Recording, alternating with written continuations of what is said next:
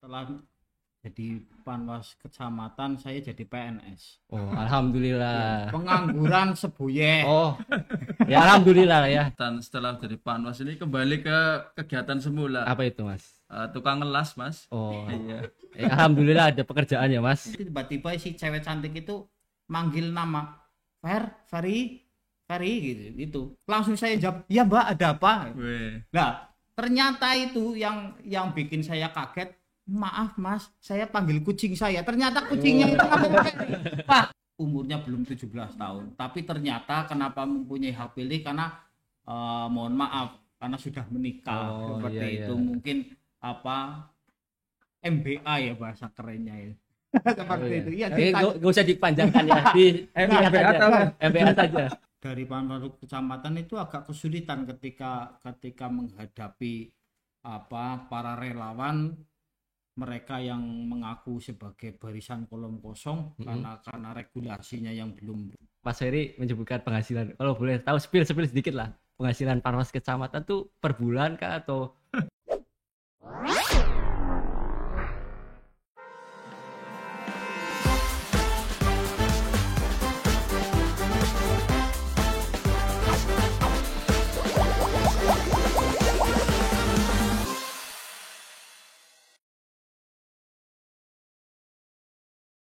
Assalamualaikum warahmatullahi wabarakatuh. Selamat sore sahabat Bawor. Kembali lagi di podcast terbaik, podcast Bawor, Bawaslu Banyumas Ngobrol. Bersama saya Fahmi, staf Bawaslu Kabupaten Banyumas. Ya, pada hari ini kita akan membahas tema yang menarik terkait dengan peran Panwas Kecamatan maupun tugas dan fungsinya. Tentu pada hari ini saya tidak sendiri, saya kedatangan dua narasumber terbaik, yaitu ex Panwas Kecamatan. Selamat datang Mas Gustomo dan Mas Ferry. Bagaimana kabarnya? Alhamdulillah sehat. Alhamdulillah sehat. Ya, dulu Mas Gustomo dan Mas Ferry ini Panwas Kecamatan Sumpih, betul ya? Betul. Betul. Kalau sekarang kesibukannya seperti apa ini? Mas Ferry dulu nih. Oh, Mas Kalau Ferry ini saya kesibukannya. alhamdulillah itu sampai saat ini setelah jadi Panwas Kecamatan saya jadi PNS. Oh, alhamdulillah. Pengangguran sebuyeh. Oh, ya alhamdulillah ya. Alhamdulillah. Ada gelarnya PNS. Iya. Kalau Mas Gusto ya? Kalau saya setelah menjadi Panwas ya. Iya. Dari Panwas itu kemarin kurang lebih itu 26 bulan kalau nggak salah. 26 bulan. Iya, berarti hampir 2 tahun lebih. Kita di Panwas, dan untuk kegiatan setelah dari Panwas ini kembali ke kegiatan semula. Apa itu, Mas? Tukang ngelas, Mas. Oh, Iya. alhamdulillah ada pekerjaan ya, Mas. Oke, Alhamdulillah. Ya, mungkin buat mengawali podcast pada hari ini nih, kan Mas Ferry sama Mas Gustono ini kan ex Panwas nih. Iya. Tapi mungkin buat teman-teman sahabat Bawor yang pengen tahu awal mula nih Mas Gustono sama Mas Ferry ini bisa gabung sebagai Panwas Kecamatan, salah satu pengawal demokrasi di Bawaslu ya kan. Kalau kita tahu Bawaslu kan tingkatannya banyak nih, ada yang Bawaslu RI, Bawaslu Provinsi, Bawaslu Kabupaten, dan salah satunya Panwas Kecamatan. Nah, ini awal mulanya Mas Ferry sama Mas Gustono ini gabung di Panwas gimana ini? Bisa diceritakan mungkin pengalamannya. Kalau pertanyaannya kenapa saya jadi Panwas Kecamatan, tentu saja jawabannya ya lillahi ta'ala. Subhanallah. Subhanallah ya. Tapi yang perlu digarisbawahi mungkin proses menjadi Panwas Kecamatan ya. Tentu saja kita melewati banyak sekali tahapan dari CAT atau tes komputer, kemudian ada juga tes wawancara. Tapi tentu yang pertama itu justru administrasi ya. Dan yang lebih unik lagi itu ketika CAT itu saya ingat saya berangkat CAT itu tanpa memakai sepatu karena saya berangkat dari Sumpih itu tidak bisa pakai sepatu karena banjir di desa saya. Jadi saya sampai waktu itu di SMA apa ya Kang? SMK Negeri 2. Ya, di SMK Negeri 2 itu saya masih dalam keadaan katok dilinting. Badan sepatu saya jinjing seperti ini, baru saya pakai di TKP karena banjir seperti Luar itu. biasa ini perjuangan menjadi panwas Ya, kecamatan dimulai dari rumah ya. Sudah banjir baru sampai sini harus tes lagi. Luar biasa memang ya. Terus kemudian Mas Gustono nih. Menambahi ya, Oh, berkaitan dengan saya dulu itu, kalau informasi sih dari teman-teman apa, kalau dulu sebelum jadi Panwascam, saya kan tahun 2019 itu menjadi pengawas desa oh pengawas di desa. PKD. Nah, kemudian dapat informasi dari teman kalau ada perekrutan untuk menjadi pengawas kecamatan. Nah, sehingga kita coba untuk mendaftar begitu. Dan prosesnya sama yang tadi disampaikan oleh Mas Ferry, prosedurnya bagaimana itu sama. Nah, kebetulan dulu itu memang peminatnya cukup lumayan banyak. Pendaftar itu kurang lebih kalau nggak salah 22 lah, 22 sampai 24 gitu loh. Nah, kecamatan. satu kecamatan dari Sumpyo itu. Nah, kemudian melalui proses CAT, kemudian disaring lagi sehingga sampai di tes wawancara, dan yang diwawancara itu ada 6 dulu, ada 6, kemudian mengerucut, yang terpilih menjadi 3. Memang dulu malah saya nggak proses kenal dengan Mas Ferry itu ya tadi yang disampaikan, yaitu pada waktu banjir gitu loh.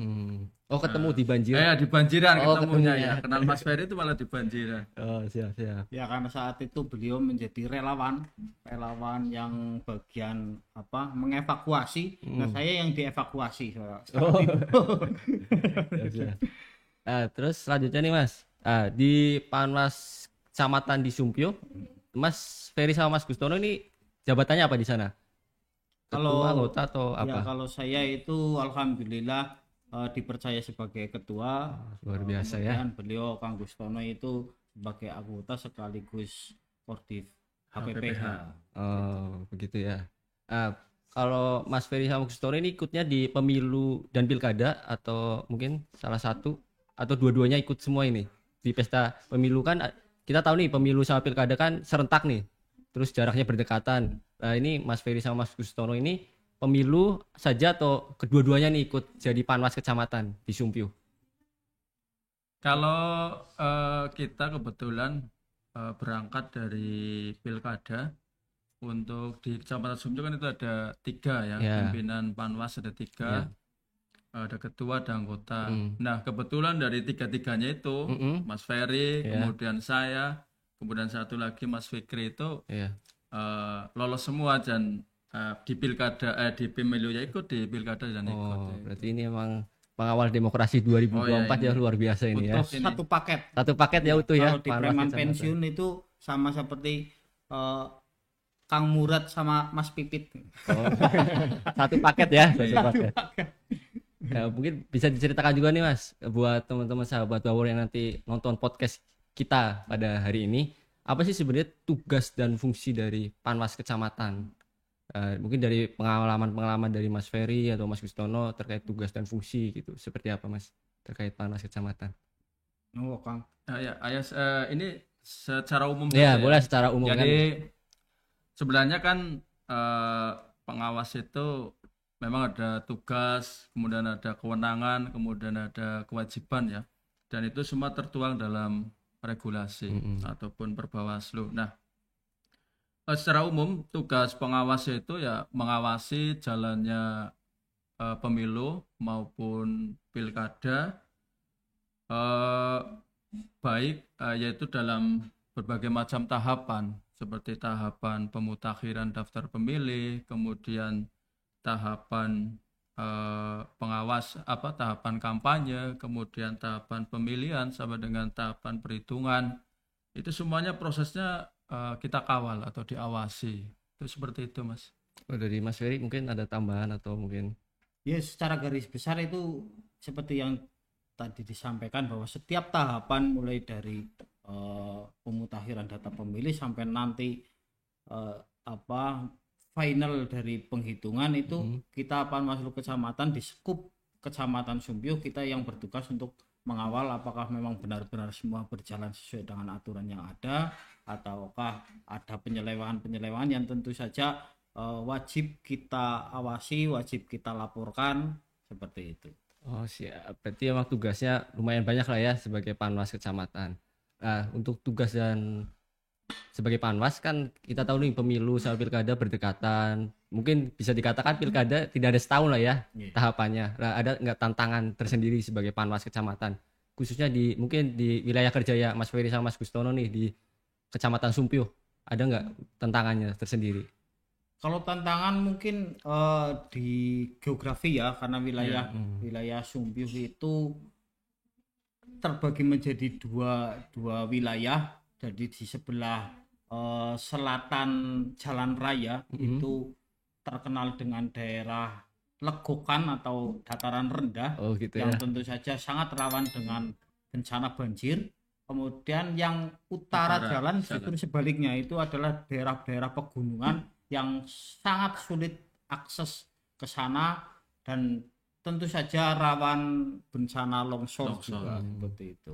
Itu mungkin menjadi tantangan bagi kami ketika harus mengawasi TPS terjauh di desa Bogangin, desa Ketanda, Banjarpanepen, yang memerlukan effort lebih tinggi. Bahkan ketika saya mengawal dengan teman-teman Panwaslu yang lain ditemani oleh PKD di desa Banjarpanepen itu, ketika mengawal Pantali pernah di satu hari itu saya nggak berani naik motor, jadi saya sewa joki di situ, di penduduk setempat suruh saya bawa motor saya bonceng saya bonceng seperti itu karena sangat terjal.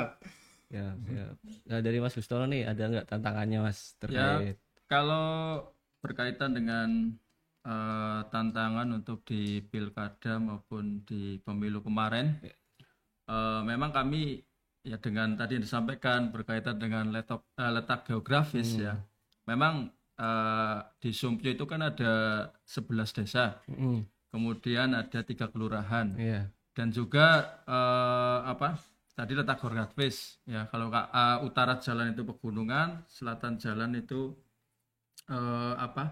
dataran yang rendah gitu loh, sering terjadi banjir. Nah, memang untuk mengantisipasi hal-hal yang berkaitan dengan letak geografis, kami memang sering melakukan koordinasi lah. Koordinasi tentunya bersama dengan pengawas desa atau kelurahan. Hampir setiap minggu itu kita mengadakan pertemuan rutin 1 kali Mas ya. Kita mengadakan rapat koordinasi untuk menyusun program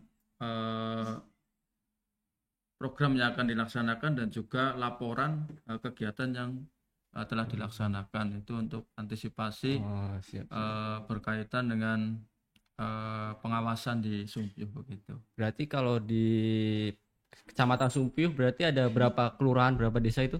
Tadi yaitu 11 desa, kemudian 3 kelurahan. Kalau TPS-nya, pengawas TPS-nya ada berapa? Kalau TPS itu kurang lebih 186 itu pada pemilu. Berarti kan dari Panwaslu kecamatan membawahi beberapa kelurahan ya, betul ya? PKD, terus ada PTPS gitu ya. Itu kan kesulitan nggak untuk koordinasinya dengan PKD atau PTPS-nya selama pemilu atau pilkada gitu kan? Tentu banyak koordinasi juga kan karena pemilu dan pilkada. Itu ada nggak kesulitannya? Ya tentu saja ada, karena tadi karena letak geografis itu pengaruh terhadap komunikasi. Kalau sekarang itu mengandalkan HP ya, jadi masih banyak daerah-daerah di Kecamatan Sumpyuh itu yang belum terjamah oleh internet. Seperti itu. Bogangin salah satunya tadi. Cuma alhamdulillah ya, berkat bantuan dari teman-teman PKD, kita koordinasi dengan PKD, nanti PKD meneruskan ke PTPS yang terpaksa tidak bisa komunikasi dengan HP, ya mau tidak mau diparani, dijemput bola lah seperti itu. Itu kesulitan yang sangat berarti sebetulnya bagi. Ya memang ya, kalau kita cerita terkait pengawas ad hoc ya, kan kalau pengawas kecamatan, pengawas PKD sama kelurahan kan memang mungkin garda terdepannya Bawaslu ya. Data-data A1-nya Bawaslu ada di teman-teman pengawas kecamatan, PKD sama PTPS ya, betul ya? Betul. Karena kan di PTPS inilah data hasil pemilu kita dapat seperti itu ya. Nah, mungkin dari pengalaman di pemilu sama pilkada, ada nggak kejadian yang luar biasa lah, kejadian yang menonjol di Kecamatan Sumpio khususnya ya, terkait kejadian-kejadian itu, mungkin bisa diceritakan kalau memang ada gitu. Kalau kejadian atau peristiwa yang unik yang Ya, unik. yang apa ya, yang membekas sampai insya Allah mungkin sampai saya mati itu ya memang banyak ya. Cuman ada beberapa yang mungkin menonjol. Yang pertama itu di tahapan pemutahiran data pemilih. Jadi dari saudara kita dari KPU itu kan ada petugas Pantali, dan kita sebagai pengawas itu wajib untuk mengawal tugas daripada Pantali dari bahasa Jawane mengintili para petugas Pantali bagaimana mereka bekerja sesuai dengan aturan. Waskat. Nah, pengawasan melekat. Oh, paskat ya. Iya. Nah, ketika itu di bulan Juni kalau tidak salah, itu kan sedang proses pemutakhiran data pemilih itu di salah satu desa di Selandaka. Itu kebetulan PKD-nya, pengawas desanya itu sedang sakit sehingga mau tidak mau kami selaku Panwaslu Kecamatan harus menggantikan tugas PKD untuk mengintili Pantali itu tadi. Nah, di salah satu setelah saya janjian dengan Pantalinya ketemu di titik tertentu, kami bertemu dan langsung berkunjung atau mendata rumah-rumah sekitar. Nah, itu ada satu rumah Jawa kuno seperti itu kami datangi. Kebetulan itu yang membukakan pintu itu cewek cantik, Mas. Cewek cantik. Kemudian kami masuk. Tertarik ya, Mas? Kami masuk untuk saya berkunjung juga lah. Saya berkunjung. Nah, ketika proses tanya jawab pendataan itu tiba-tiba si cewek cantik itu manggil satu nama. Nah, kebetulan saya kan karena saya perokok aktif, karena saya ahli hisab jadi perokok. Saya duduknya itu di dekat pintu keluar. Saya merokok di situ, tiba-tiba si cewek cantik itu manggil nama Ferry gitu. Nah, otomatis saya sebagai sebagai yang punya nama Ferry, itu di dalam hati saya langsung kritik, loh, kok tahu nama saya? Wah, jangan-jangan ini ngefans sama saya dari dulu. Wah, langsung tumbuh kepedean saya. Langsung saya jawab, "Ya, Mbak, ada apa?" Nah, ternyata itu yang bikin saya kaget. "Maaf, Mas, saya panggil kucing saya." Ternyata kucingnya itu namanya Ferry. Wah, kurang ajar. Wah, ternyata namanya yang sama. Padahal Mas Ferry sudah semangat Wah, banget ya. semangat banget ya. Oh, sudah ada planning apa? Saya ke Yai, saya mau siri. Tapi ternyata salah persepsi. Itu yang pertama itu, wah, malunya ya setengah hidup, bukan setengah mati lagi. Terus yang kedua itu di Desa Banjarpanepen. Ketika kami melakukan patroli kawal hak pilih itu yang kita laksanakan setiap minggu. Setiap minggu itu satu kali di hari Selasa apa Rabu ya, Kang? Selasa itu. Nah, itu saya mendapatkan laporan dari PKD bahwa di Desa Banjarpanepen itu ternyata ada pemilih yang berusia kurang dari 17 tahun. Oh iya. Nah, kami kan langsung, loh, ini berarti melanggar ini. Belum 17 kok sudah dapat hak pilih, terdaftar. Jangan-jangan ada manipulasi kan seperti itu. Saya langsung koordinasi dengan PKD, langsung saya datangi. Kebetulan alhamdulillah langsung bertemu dengan yang bersangkutan yang namanya tertera itu. Setelah tanya jawab ternyata memang benar itu umurnya belum 17 tahun. Tapi ternyata kenapa mempunyai hak pilih karena mohon maaf karena sudah menikah seperti itu. Mungkin MBA ya bahasa kerennya ya. Seperti itu. Ya, gak usah dipanjangkan ya. MBA saja. Justru uniknya itu di situ, Mas. Ternyata setelah orang tuanya yang bercerita sambil menangis tentang MBA itu, ternyata setelah bertemu dengan salah satu dari pimpinan kami namanya Mas Fikri, itu beliau adalah seorang guru. Nah, ternyata setelah ketemu, loh, kok muridku, ternyata itu muridnya. Lah, ternyata itu muridnya yang apa? Yang terdaftar sebagai pemilu itu. Itu sampai sekarang kalau ketemu jadi gojlogan buat Mas Riwek golek mulang dan yang pinter temen muridnya. Gitu. Itu.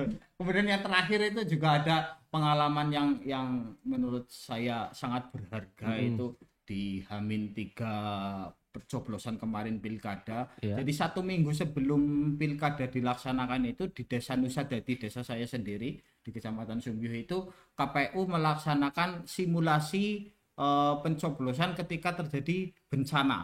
Seperti itu. Nah, ternyata di Hamin 2 ketika pendistribusian logistik dari kecamatan ke desa itu dilalah itu benar-benar terjadi hujan deras.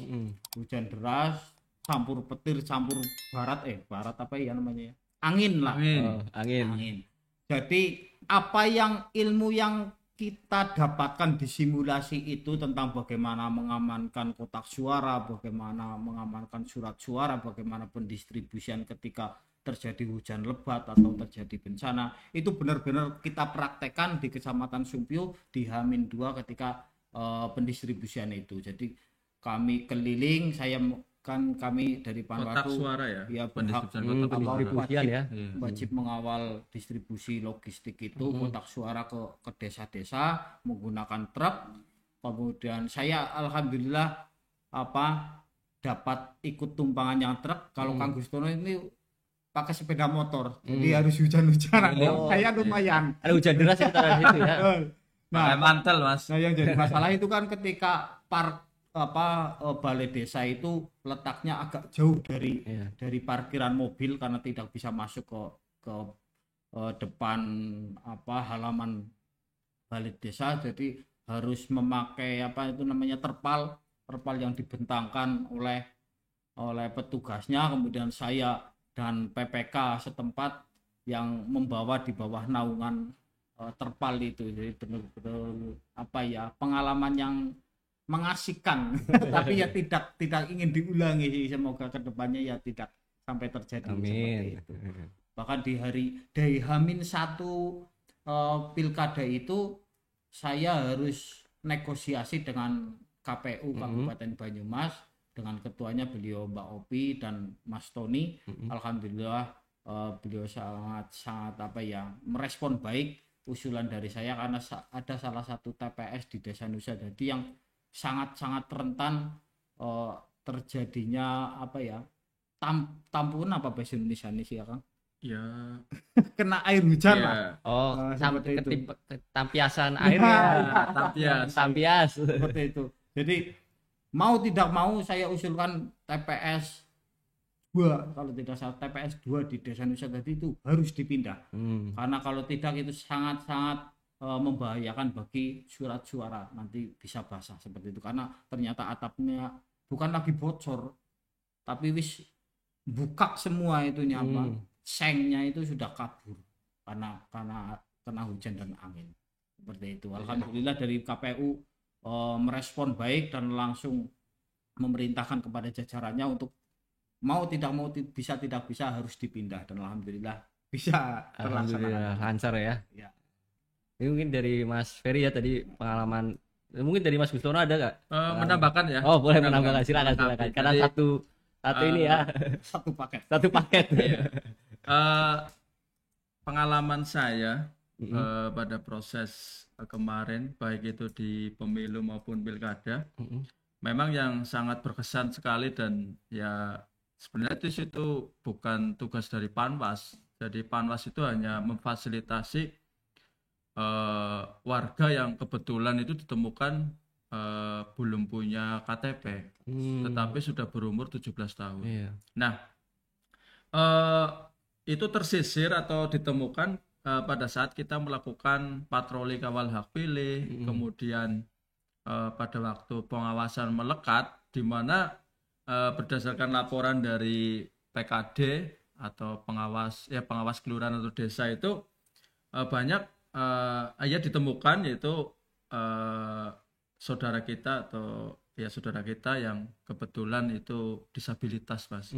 Jadi banyak, kurang lebih ada berapa itu, kayaknya kalau nggak 5 ya 7 lah yang disabilitas itu. Malah ada yang sudah berumur 40 tahun apa ya Mas ya, 40 tahun itu disabilitas dan belum punya KTP. Dan alhamdulillah berkat kerja kita dari Panwas Kecamatan Sumpyo memfasilitasi lah, kita laporkan kepada pihak kecamatan agar suruh dibuatkan ataupun suruh dibuatkan untuk pembuatan KTP begitu. Dan alhamdulillah dari hasil kerja-kerja keras kita, saudara kita yang mengalami disabilitas itu alhamdulillah sampai sekarang sudah punya KTP. Alhamdulillah ya, luar biasa ya tugas. Itu salah satu ya. Terus ada lagi?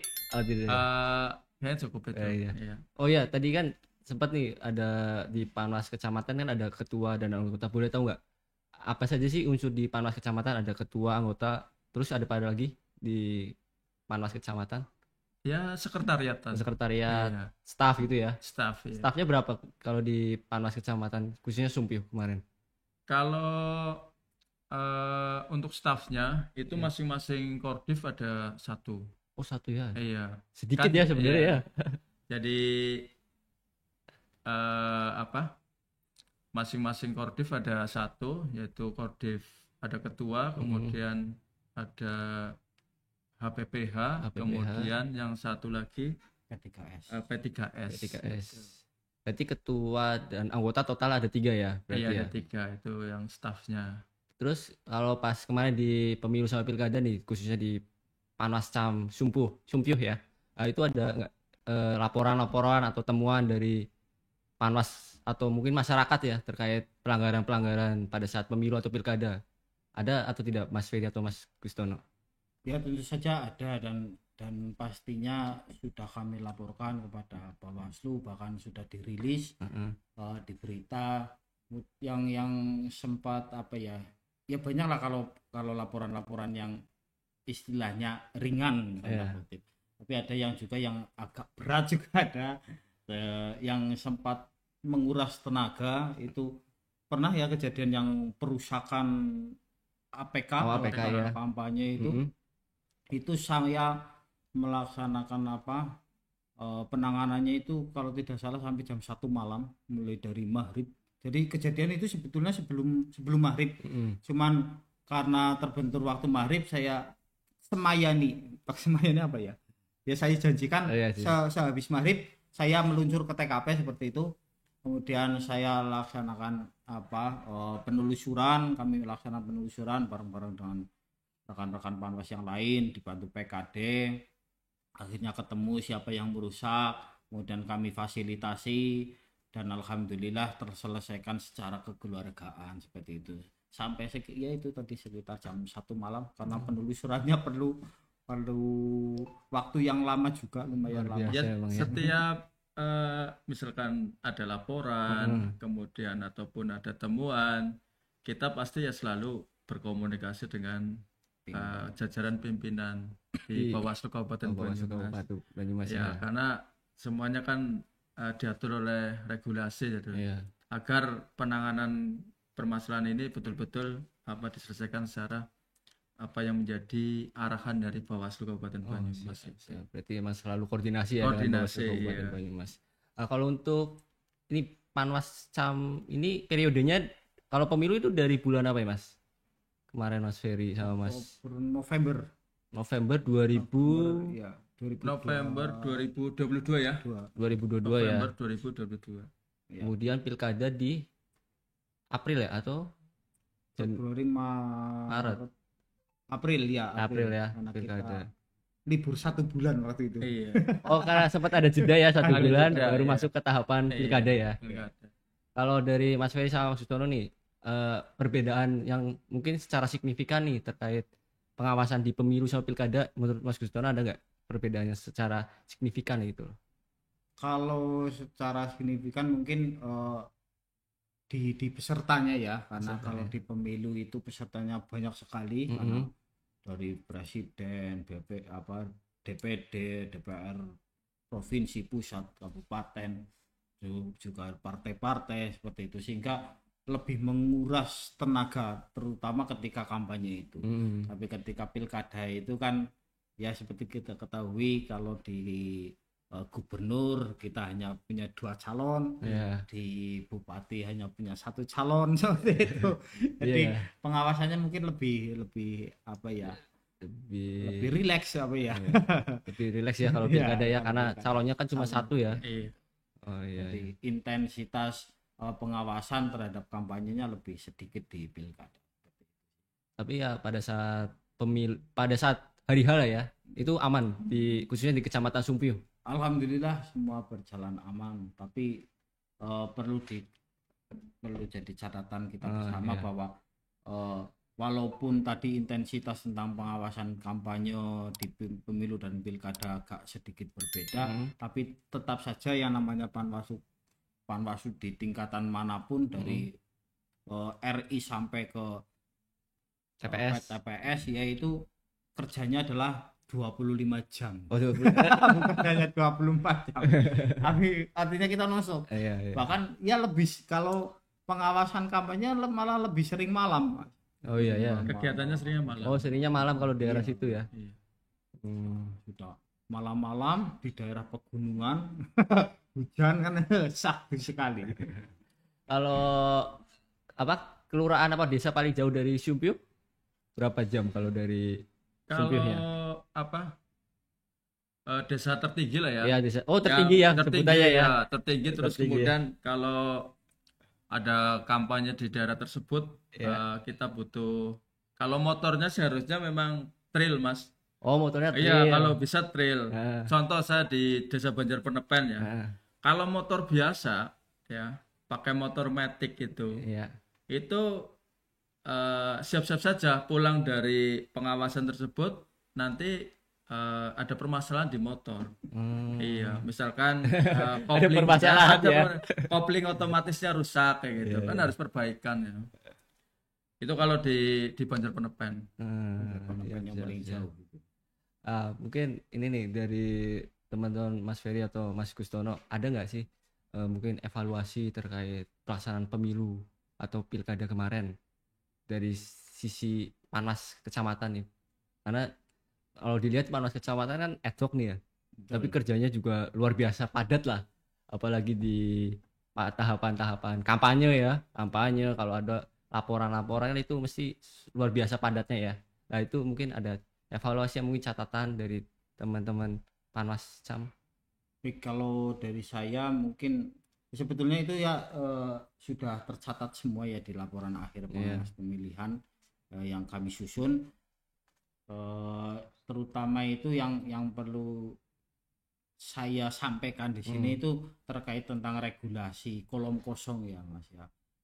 Terutama karena kemarin kita mengalami di Kabupaten Banyumas. Jadi ini yang di pilkada. Ya, ini pilkada ya. Oh iya, siap. Itu regulasi tentang kolom kosong itu masih agak abu-abu.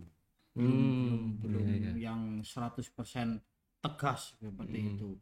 Jadi sehingga kami dari Panwaslu Kecamatan itu agak kesulitan ketika menghadapi para relawan mereka yang mengaku sebagai barisan kolom kosong karena regulasinya yang belum 100% jadilah istilahnya seperti itu. Jadi ya harapan kami nanti penyempurnaan di pilkada selanjutnya nanti sampai terjadi lagi ada kolom kosong, walaupun mungkin tidak di Banyumas atau mungkin di kabupaten lain, sehingga kita bekerja sudah punya pegangan yang pasti seperti itu.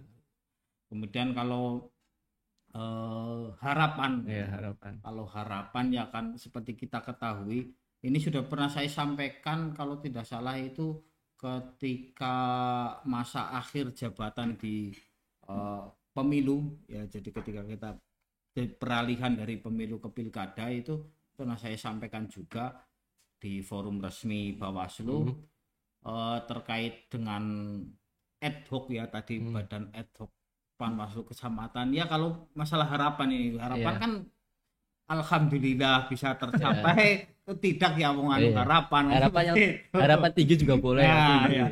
Jadi terkait dengan ad hoc itu kalau masalah harapan ya saya berharap kedepannya Panwaslu kecamatan bukan lagi ad hoc kan.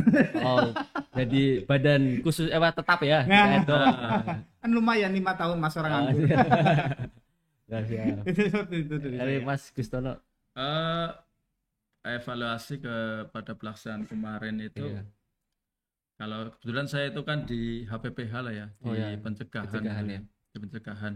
Ya kami sekuat mungkin atau semaksimal mungkin memang mengupayakan yaitu untuk pencegahan daripada pelanggaran pemilu maupun pilkada. Nah, memang hambatan kemarin itu sebenarnya kadang-kadang itu regulasinya itu datangnya telat itu Mas.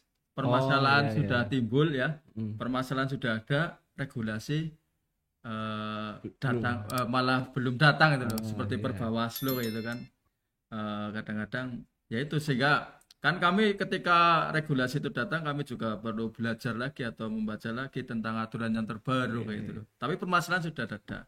Nah itu ya untuk kedepannya ya mungkin antisipasinya ya lebih matang lagi lah berkaitan dengan Perbawaslu yang harus diterbitkan lebih awal sebelum kegiatan atau tahapan itu dilaksanakan. Siap, Seperti itu siap. Mas.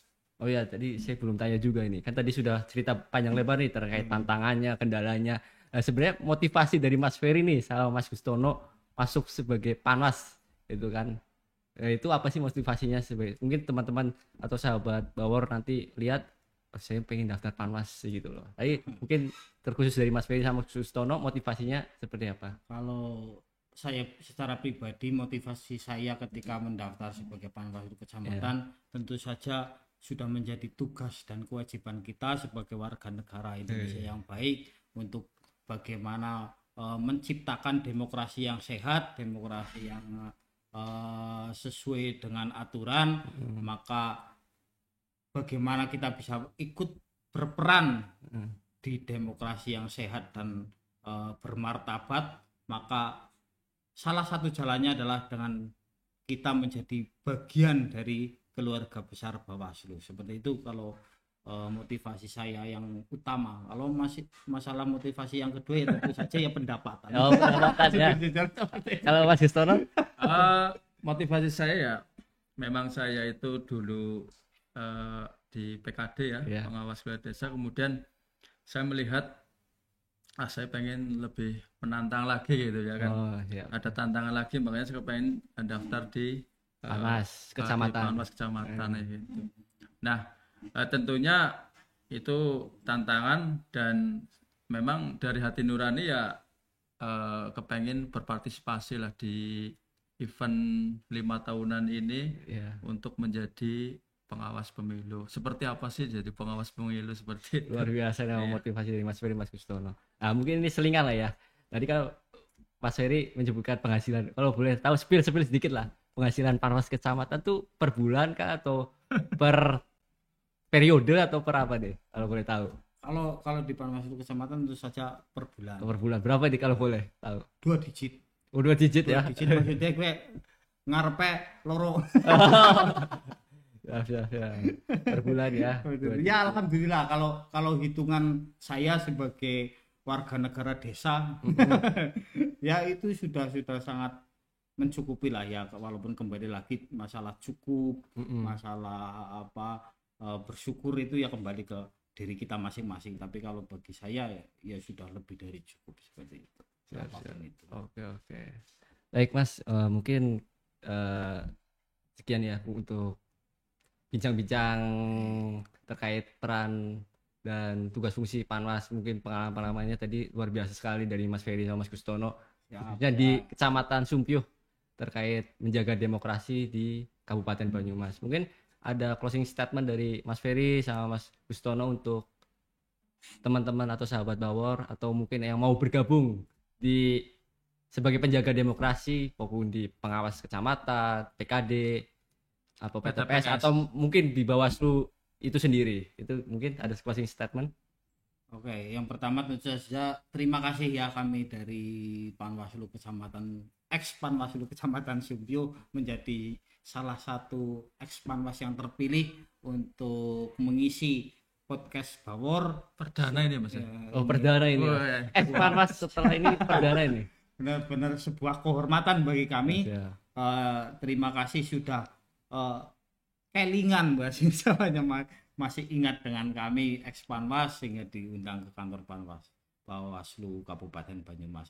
Kemudian kepada seluruh rekan-rekan masyarakat Indonesia khususnya wilayah Sumpyu, ayolah sama-sama kita berperan aktif di demokrasi Indonesia, mau tidak mau, sadar dengan tidak sadar, mengakui ataupun tidak mengakui bahwa demokrasi di negara Indonesia sedang tidak baik-baik saja. Tentu saja sangat-sangat memerlukan peran dari warga Kecamatan Sumpyu khususnya, karena saya di Kecamatan Sumpyu.